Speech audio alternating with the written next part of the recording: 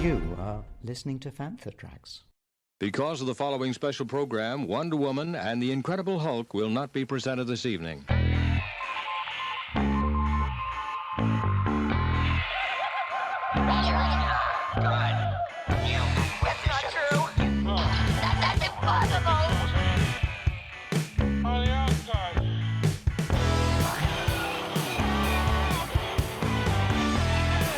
It's time to get all your Star Wars news in a single file. This is Making Tracks. Here are your hosts, Mark Newbold and Mark Mulcaster. That's not true. That's impossible. You're listening to Making Tracks and a very special episode as we head back to Saturday the 11th of December 2021 and Star Wars Family Fun Day. It's the day before Farthest from, and I had the good fortune to sit down with three wonderful guests, the first of which was Guy Henry. You will know Guy as Grand Moff Tarkin from Rogue One. Rogue One celebrates its 5th anniversary this year and the event was celebrating Rogue One. There were three guests. There was Guy, there was Neil Scanlon, there was Brian Herring. Those interviews are coming later to Panther Tracks, but right now, this is myself and Guy Henry sitting down at Star Wars Family Fun Day to talk Rogue One, much, much more. And we're introduced on the stage by the one and only, and my former co-host here on Making Tracks, Dave Tree. Enjoy. Without further ado, I'd like to introduce Mark and Guy to the stage, who are going to talk to you all about Rogue One. So can I have a big round of applause, please?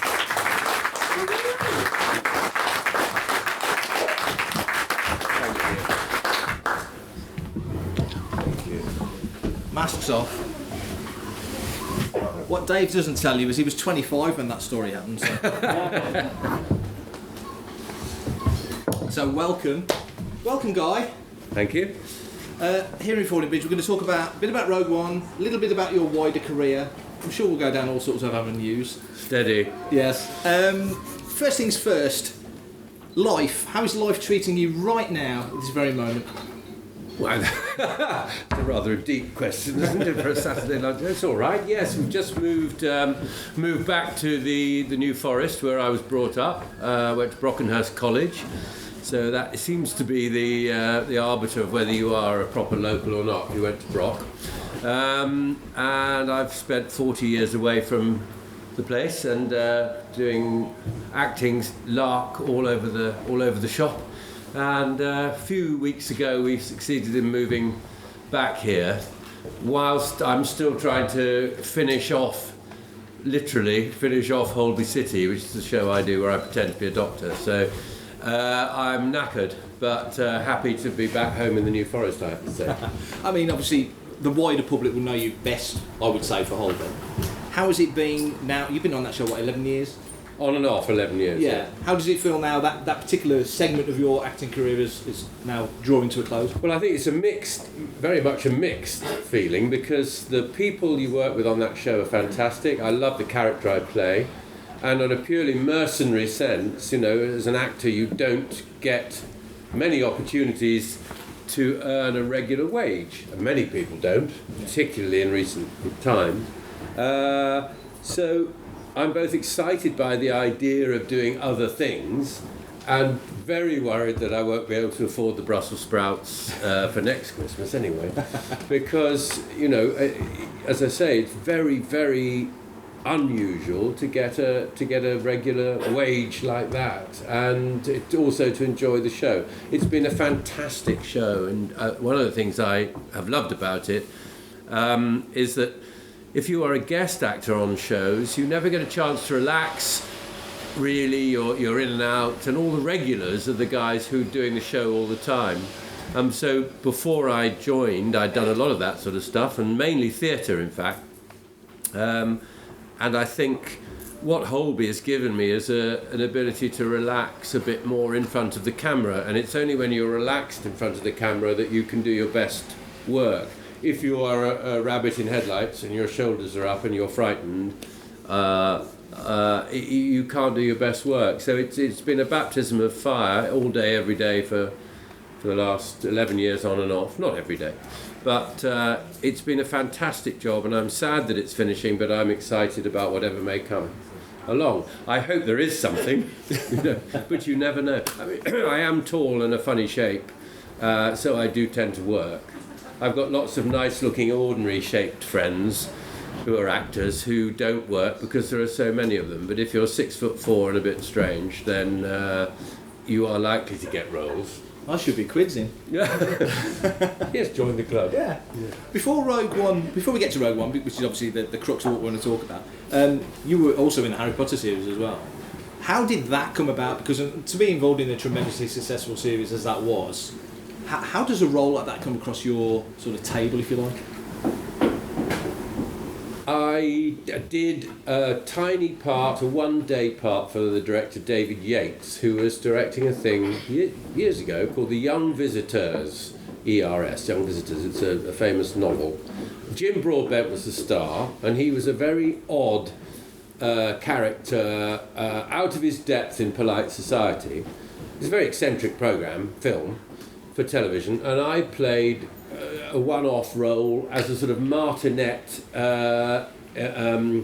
etiquette teacher, and he was mad as a cut snake and vicious, and I did a lot of improvisation. Use your knife, your fork, your spoon, now! Come on, and all that. It was quite on the spot, on the day, and at the end of this quite frightening day of filming, the director, David Yates, said, "Thank you did very well today, and I will find you something else if I'd like to work with you again." And I thought, yes, we heard that. And then a few years later, my secret agent rung up and said, "They've offered you a part in Harry Potter." I said, and I didn't know the saga then. I knew of it, but I hadn't really watched it. So the agent said, but I said, "Well, what's the part like?" He said, No, you don't understand. You don't have to go through the hoops. You don't have to do a screen test. You don't have to do all that frightening stuff. They have offered you the part." And that was David Yates, and he was as good as his word, lovely man, terrific director, and it gave me the chance to be in one of the happiest and most delightful series of films ever. And so thank you, David. Is a director saying, "I'll have to find a part for you sometime," a bit like bumping into somebody in the pub saying, "We'll have to go for a pint sometime"? Is it one of those things that gets said and you think that's never going to pan out? Doesn't get said that often, to me anyway, but when it does, as I say, you take it with a pinch of salt because people are happy with you on the day, and they're pleased, and you think, thank God I didn't muck it up too badly, and you go home and you may never hear from them again. But David is a gentleman, actually. He had me he was as good as his word, and he had me in the slightly odd film of Tarzan that he did. I don't know if you saw that one. Well, I was in that, along with various other quite well-known character actors, and unfortunately our little strand of the story got cut. It was a sort of political stuff, and it got cut out. And David had the grace to get his PA, because he's a very grand director, and his PA rang up and said, "Have you got time to talk to David next Tuesday at 2:45? And I said, "Of course."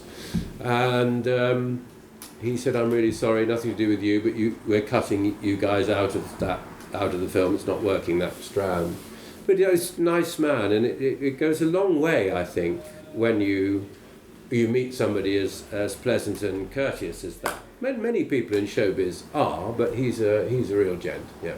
One of the things you said about working on Holby was that they gave you the latitude and the scope to go off and do other things. So other than Rogue One, which we will get to, what other things were you able to do during that Holby journey? Well, I left Holby of my own volition after 3 years in 2013, and I went off and did all sorts of other things, including coach driving, which is my sort of great. I've always loved driving coaches, and when I left Holby in 2013, I decided to take a coach driving test, and I worked for Westway of Wimbledon, driving coaches. At the time, still recognisable from Holby and still recognisable a bit from Harry Potter, and hadn't done Rogue One then, and anyway I looked like Peter Cushing.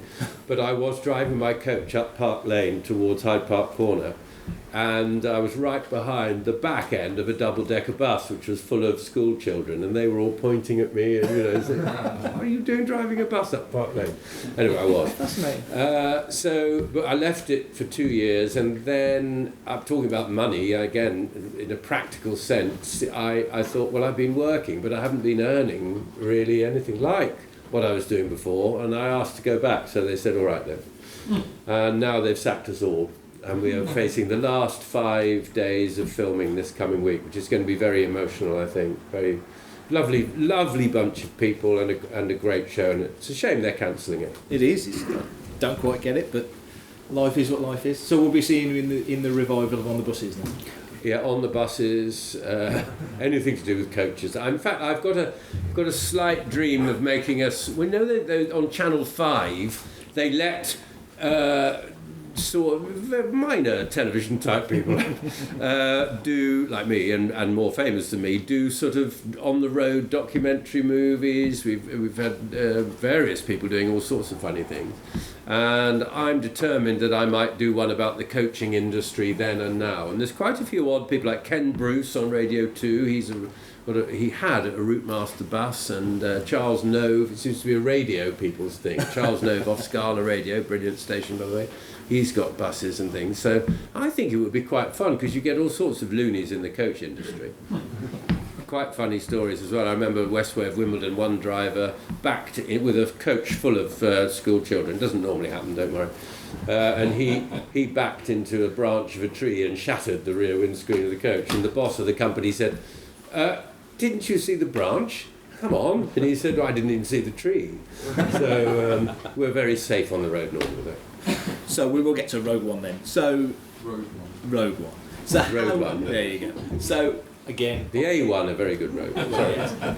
I'm Gareth Edwards, and you're listening to Making Tracks on Fantha Tracks Radio. Obvious question, but how did that come to your door?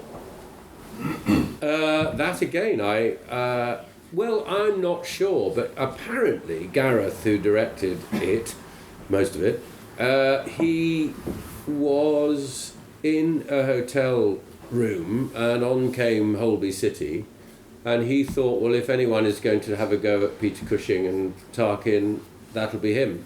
So again, I didn't do any test or any audition or anything, and my agent rang up again and said, "We can't tell you what it is, we don't really know, it's incredibly secret, deeply secret. You mustn't tell anyone that we can't tell you what it is, but you're going to meet this man at this..." And they sent us to one of the most well-known media haunts ever, and there we were talking about this thing, supposedly in secret with people listening.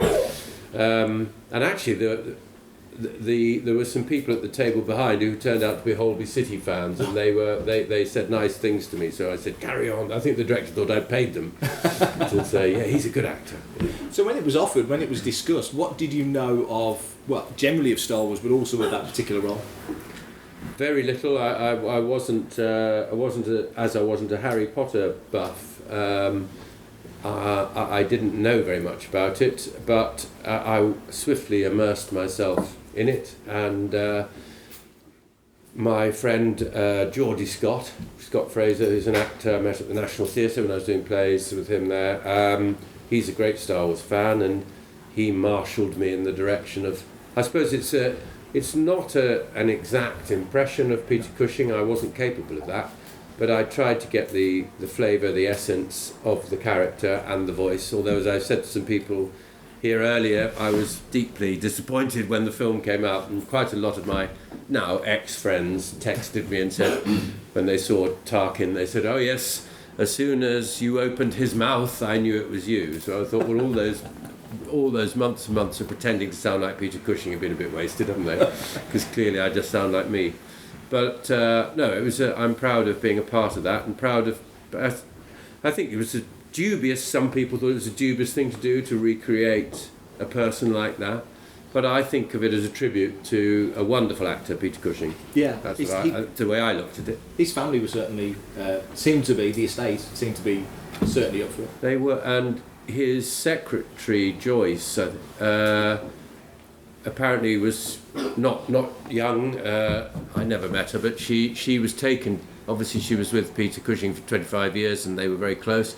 And apparently, she went to see the film, was taken or shown the film by the studio or something, and apparently she burst into tears and said, "He's back. Sir is back," she said, which is rather lovely. And I'm glad that it didn't the portrayal didn't offend the people who matter. Yeah. The process, obviously, it was quite involved. What did you expect going into that? Was there any expectation of what you would be walking into? And it was terrifying because, as I say, I'm not an impressionist, and you're conscious, even though I wasn't a Star Wars fan then, you're conscious of all the people who are and how much they care, and I didn't want to let Peter Cushing down either, because I thought he was a lovely actor before I was ever involved with trying to pretend to be him. So it was very, very frightening, but there were various different possibilities. It started off with a wig I did with, and heavy makeup, and I think it was always intended that it would be CGI, but it was also shot in a way in the end whereby they could take all that stuff out if it didn't really work and just have me. Yeah.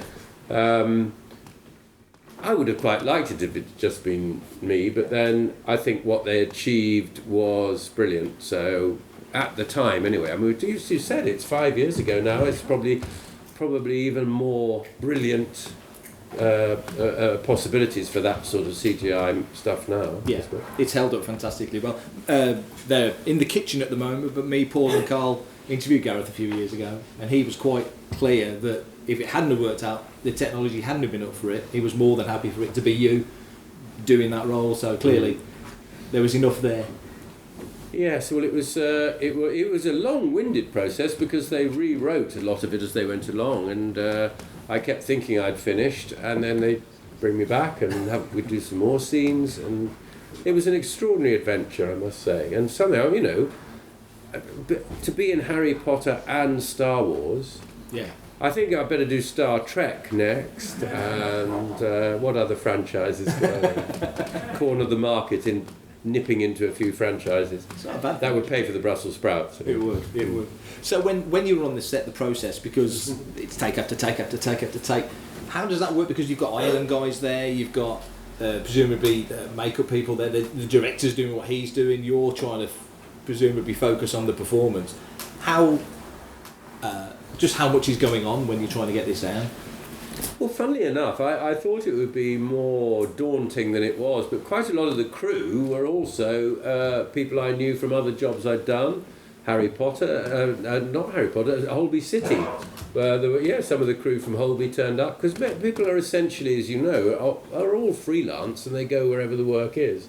And if you're lucky enough to do shows like Harry Potter or Star Wars, or indeed the BBC and Holby City, you do actually turn up when you're as old as I am. You do turn up and meet people that you've worked with quite a few times. So that was encouraging. And they were very gracious and very nice. There was a lovely man, John, from ILM, whose idea I think it was to recreate Tarkin, and he was a fabulous chap. He was always very encouraging. But you are, of course, aware of the weight on your shoulders, because that's quite an ask to pretend to be Tarkin again after all those years. Yeah. It's also quite a weight on your head, because that motion capture thing that you wear. I mean, Brian will know all about all these things, what it's like to be in you guys, what it's like to be encased in these things. You can't forget that you're acting with that great big thing on your head and the light shining in your eyes and things. But you can't moan. Great privilege to be in it. How do you zone that out?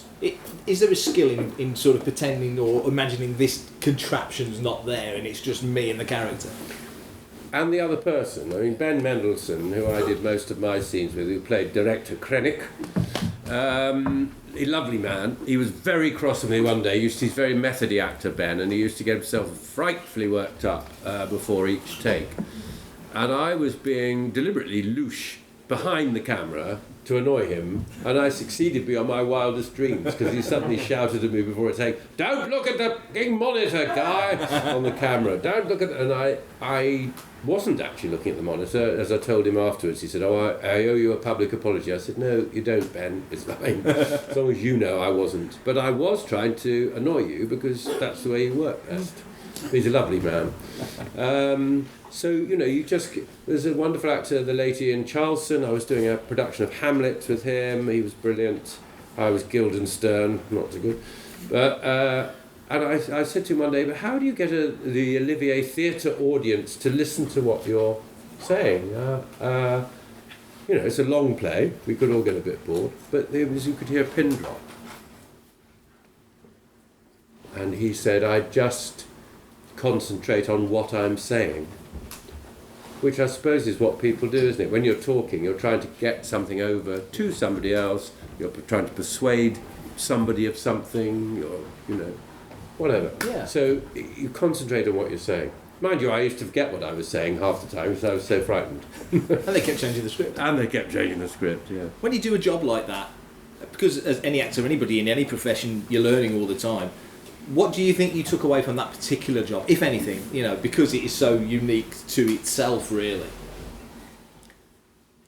I think, in a funny sort of a way, just what I've been saying, the fact that however outlandish it is, whatever you're wearing, basically what you're just trying to portray a character, a person, or extraordinary monster, or whatever it is you're trying to do, that's what you're trying to fulfill. Yeah. And in that sense, every job is the same.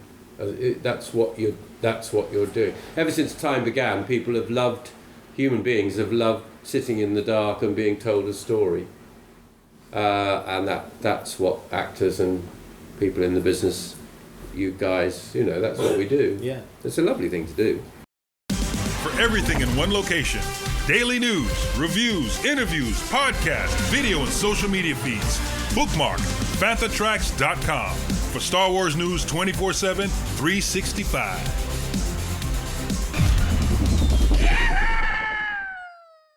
You got a great reception from the Cushing family, obviously. You got a great reception from the fandom. How did that come across to you? Did you know that you'd done something that had really stuck the landing with the fandom, with the people that mattered? Well, yes, because I've done some Comic Cons, some of them with even more people in the room than this, and I've been all over the place. Yeah. And it was only really when I got to do some of the comic conventions and meet people all over the place that I realised the love, the Generation Skywalker thing. The love and humour and passion that people have for the whole Star Wars saga. And again, it's like, sitting in the dark and being told a story. That's what Star Wars does brilliantly, isn't it? I mean, that it is good versus evil, all the old-fashioned, time-old, time-honoured traits of storytelling are all in there. Were you aware of that fandom as it is? Because Star Wars, we know it's quite unique. You had no idea. Again, of course I knew it was one of the biggest things that there's ever been in terms of public entertainment, but I didn't know how dear it was to people's hearts. No, not like that. No. So has that been a pleasant surprise? Oh, extremely pleasant. Yeah, lovely. It's very, very great to go and meet people who have such a passion for it. I did make a terrible error though. There was a chap. I was doing a show like this in London, and he was saying something to me, and he was quite an eccentric guy, and I was slightly fascinated by his face, which was slightly eccentric, like a lot of us. And he handed me a beautiful original magazine from the New Hope, original magazine. And whilst talking to him and being interested by him, I unfortunately signed the character name from Harry Potter across his Star Wars, and he was, not surprisingly, slightly ballistic. Right. So the only thing we could do was offer him lots of free things, and and also I signed in very stylish big letters, and Governor Tarkin in Rogue One. So we calmed him down, but I was so embarrassed because it meant so much to him. It was a great thing of great value, and I bollocksed it up. So I was very sorry about that. But yes, the affection and passion that people have for it is great. Because obviously doing Holby for all that time, you're seeing weekly on television, people recognise your face when you're out and about. It must be pleasant in the right circumstances. Is there ever any similar interaction with those fans? Because that's got a big following as well. Do you meet many of those? Of what? Oh, the Holby fans? Yeah, yes, yeah, lovely. Yeah, it's great. Yeah. Yes, I mean, yes, It is nice. What's odd about being an actor, when I was very, very poor, I hadn't done very much, I could only afford 5 Rothman cigarettes and a very small courgette. I was in a little supermarket in Crouch End in North London, and I thought, I have got enough money, I think I've got enough to get some pasta. No, I had dried pasta in the cupboard. This is a bit of a violent story, but this is anybody's life, really. You have your ups and your downs, don't you? This was a down, and I've got some dried pasta in the cupboard. I can get maybe a courgette, and stupidly smoking, I get some. They used to sell 5 Rothman cigarettes in those days. Stupid thing to do, don't do it. And anyway, I said to the girl, "Here we are," and I proudly plonked quite a large courgette on the thing, and 5 Rothman cigarettes. I said, "Please." She said, "No, you can't afford that." So I had the excitement of going back to the vegetable. I wouldn't give up the cigarette, so I went back to the vegetable section and got the smallest courgette I could find, and I was able to buy that with my 72p. So now you're looking it's for ups Brussels and sprouts downs. at Christmas. And now it's all about vegetables with me.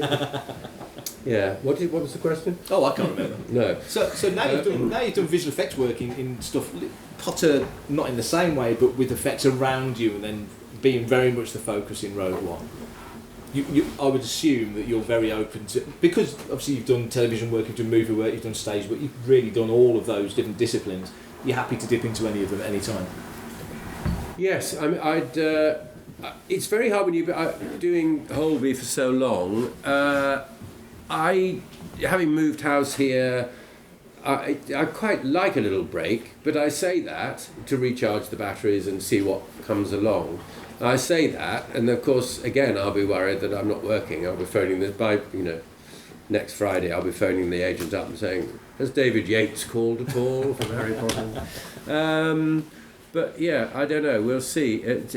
That's part of the excitement, is not knowing what's going to happen next. Yeah. As long as something does, then that'll be great. Yeah. Is there anything on the wish list? Is there a role that evaded you that you think, oh, maybe I can circle back and snag that one? Not on screen. I would have loved to have played. I think part of being an actor is you fool yourself. You're hoping that you will be able to do this. I mean, I wanted to play Cyrano de Bergerac, great part, but I'm not right for it. I wanted to play Richard II, but I never did, which is just as well, because I think that's a very long-winded play, and I think the only person who enjoys Richard II is the man playing Richard II. He never stops talking all night. But yeah, I don't know. I haven't got anything. I wanted to do the play Shadowlands, which is about C.S. Lewis and his wife, and my friend Hugh Bonneville rudely did it at Chichester a couple of years ago, so that's probably on the back burner for it. Mind you, I could do it in a few years' time, couldn't I, and do it even better than he did. Yes. But no, nothing particularly, and you think you're tired of acting, you think you've done it for 40 odd years now, and then I'm a bit jaded, and I've done this, I want to rescue donkeys and have my dogs in the New Forest, and then I got this weird little job recently, another thing I did while Holby was on, funny little film, I don't know if it'll ever see the light of day, but it was a sort of sci-fi thing based on a time machine which used to spin out from a vintage shop in Muswell Hill. It's called The Unreason. And I looked at the script, I thought, a bit odd. But I thought, well, let's have a change from Albert. Did it. I played a nice, eccentric science teacher, eccentric role, lots of improvisation. Anyway, to cut a long story short, it starred Johnny Vegas, the comedian, an actor who I have to say is bloody brilliant, delightful man. Sophie Thompson, again, delightful woman.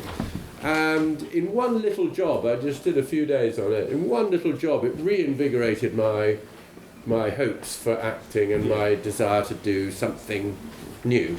So on to the next. Yeah. Sorry Holby's going, I've loved it, but you don't join the theatre to become a commuter, actually. Yeah. And there's a day after day thing of driving to work, getting home, trying to get some sleep, driving back. I'm not, as I say, dissing it at all, but something new will be great. Hi, this is Hugh Quashing. I've had great pleasure in recording this interview for Fan4Tracks. Is your preference to work with established directors, or do you like working with new directors and sort of help in whatever way you maybe could, helping them learn their way, because I would imagine it's two very different sets. Yeah, that's a point. I hadn't really thought about that. I have done a few studenty films just to as it were, help people along, and young directors' films, and they're always a hell of a mess and a pleasure. Yeah. Pretty much all of them. Yeah. But there's nothing like being in the hands of if you pardon the expression, of a wonderful, experienced director. Yeah. That's we've got a great director doing the last episode of Holby, and he's done many of them. Lovely man. And the best directing is, if you ask directions, if you're in a car, people go, if you go up to the traffic lights, turn left. Of course, you never listen, do you? You ask directions and then don't listen to a word they say. Pretty much the same with actors and directors. But anyway, directing is pointing the way. Yeah. And some people are good at it, and some people are less good at helping the actors, but they're perhaps good at helping the technical side of things more. And I don't know. Directing is a great skill, and not everyone has it. Have you directed before? No. Well, only a couple of... Well, I did when I was at the Royal Shakespeare Company, I did a play on The Fringe, and I directed it. And I'd always wanted this actor to be more human, less technically proficient, but more twinkly and human. Yeah. And I worked hard with him, and we got it like that. And then the first performance, he went straight back to what he would have done on day one. Which is why another very famous director, Ian Judge, said to me, I don't know why we bother to rehearse for all these weeks, because you will do what I employed you to do in the first place. Right. Yeah. And you don't know what it is about you that might make you watchable. You don't actually know what it is you've done half the time. Yeah. You come off one night from the stage, for example, and you'll think to yourself, well, I was really menacing tonight, or I was very... and people will come off who've just seen you and say completely the opposite. So because what people see is a bit of a human being. They see something about the essence of a human being when you see the actor. No matter how technically proficient you are, you don't actually have any control over what the people sitting in the dark are getting from you. It's a strange thing. That's a great point, because I suppose when you were cast for Tarkin in Rogue One, there's a physical similarity to Cushing. You're from a similar part of the world, so the voices aren't a million miles apart, but maybe Gareth saw... He's kind of quite charming in a way, and there's different elements to Tarkin, and maybe he saw something that you assumed he saw one thing, and maybe he saw another. Yeah, I mean, I was shocked to get it, and very flattered to get it, because, as I said, if you've loved an actor's work, to be asked to follow in his very large feet and his carpet slippers was amazing. But yes, you don't really know what it is that makes you watchable. Really, it's an odd alchemy, isn't it? Because we're all in it together, aren't we? In the audience when I go and see a play, I know that might be my friend Hugh Bonneville playing whoever, bastard. And you think, I'm pretending that you are who you say you are. You're pretending that it's a wonderful part of human behaviour, isn't it? That we can all join in this storytelling thing together. It's rather nice. Strange, really. When you play Tarkin, I'm asking because you said something yesterday, Jace, that made me think about it. Was there any point in filming your scenes as Tarkin where you wore slippers? No, I'm sorry, I never wore the slippers. Peter Cushing was famous for having large feet, not being comfortable in the boots, diddly-dee, and asked Lucas if he could wear slippers, and he said, of course. I mean, it's interesting, isn't it, that we now look back on it as the beginning of an extraordinary adventure, the Star Wars A New Hope, that film. But of course, to them it wasn't. They were just making a film which I think a lot of them didn't even believe in, or thought. And didn't they have to help out with the money? Didn't Alec Guinness put money in? I don't know. It took different points. It took different. Nobody could possibly have thought that we'd all be sitting in a hall in Fordingbridge, or I'd have gone to Florida or wherever, and be talking about it to this day. It's extraordinary. brilliant. I love that. Yeah. I love that.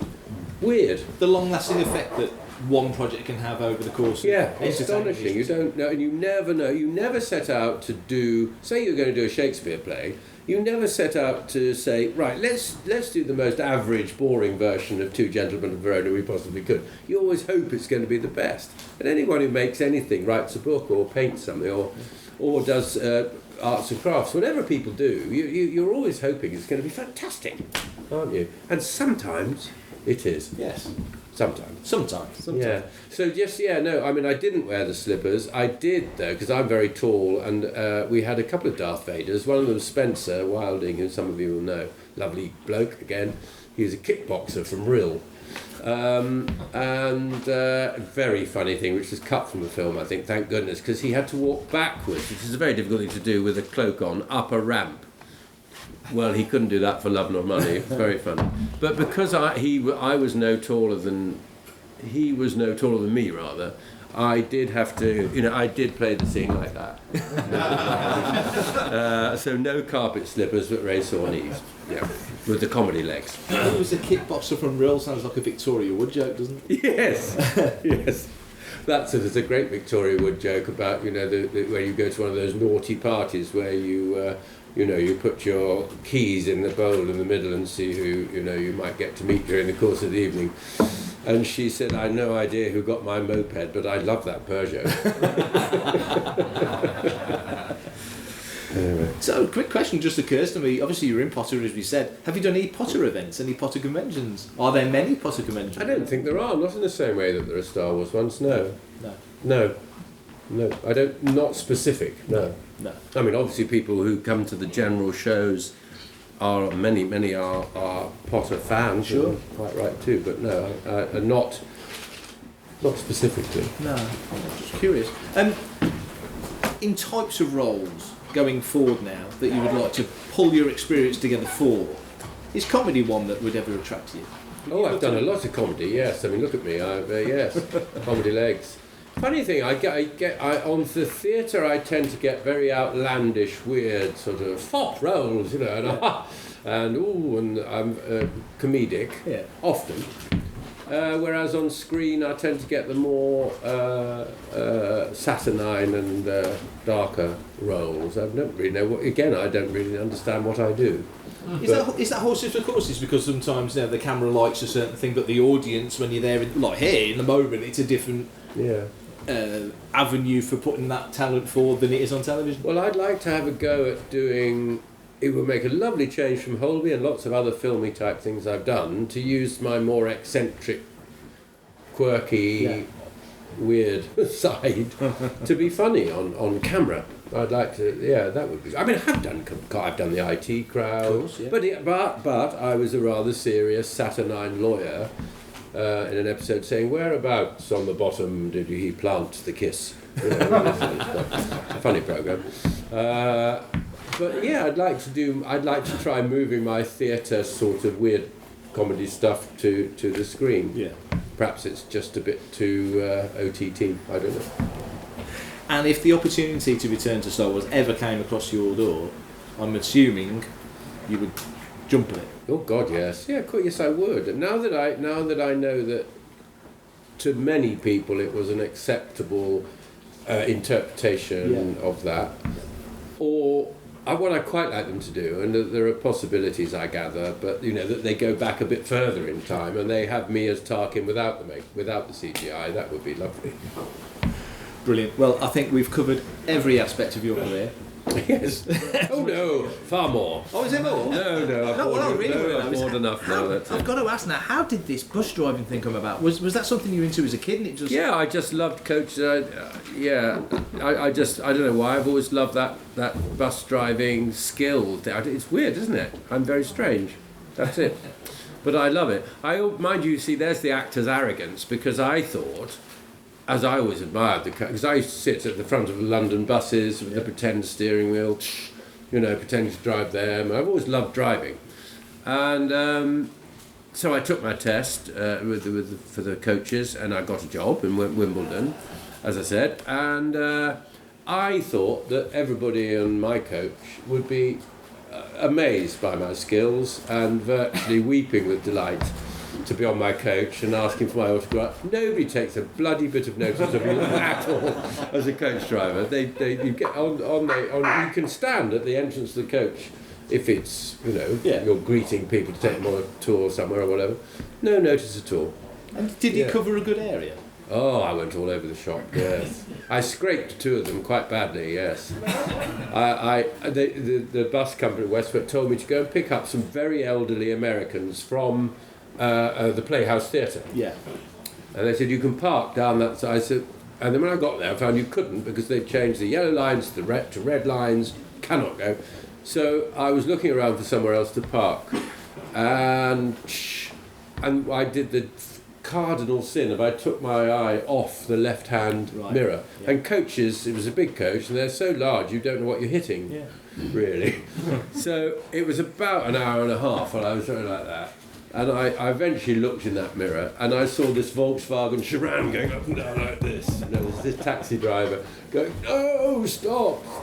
But it took me minutes to realise I was slowly scraping along. So of course I got out and apologised. But it's a great skill hitting things in coaches. I'm good at it. I can read that on the insurance report. I can just see it. Yeah.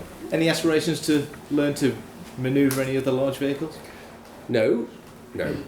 Coaches is it. I can scrape them to my heart's content. I don't think we're going to top that. I think we'll leave it there. Thank you so much for your time. Thank you very much. Fantastic. Thank you. Guy Henry. Thank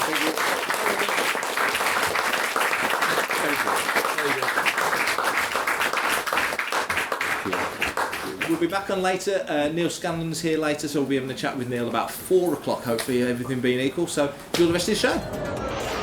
Thanks for listening to this very special episode of Making Tracks from Star Wars Family Fun Day. If you want to be part of the action and stay updated on all the latest Star Wars news, visit fanthatracks.com or check out the free Fantha Tracks app through the App Store to follow us on your mobile device. You can reach out to us and send in your listeners' questions by emailing radio@fanthatracks.com. Comment, like and share on any of our social media feeds at Fanthatracks, and be sure to subscribe, leave a review on Amazon Music, Audible, Apple Podcasts, Google Podcasts, Spotify, or your podcatcher or smart speaker of choice. And as always, thanks to James Semple for composing the Fantha Tracks intro, Adam O'Brien for our Making Tracks opening music, and Mark Daniel and Vanessa Marshall for our voiceovers.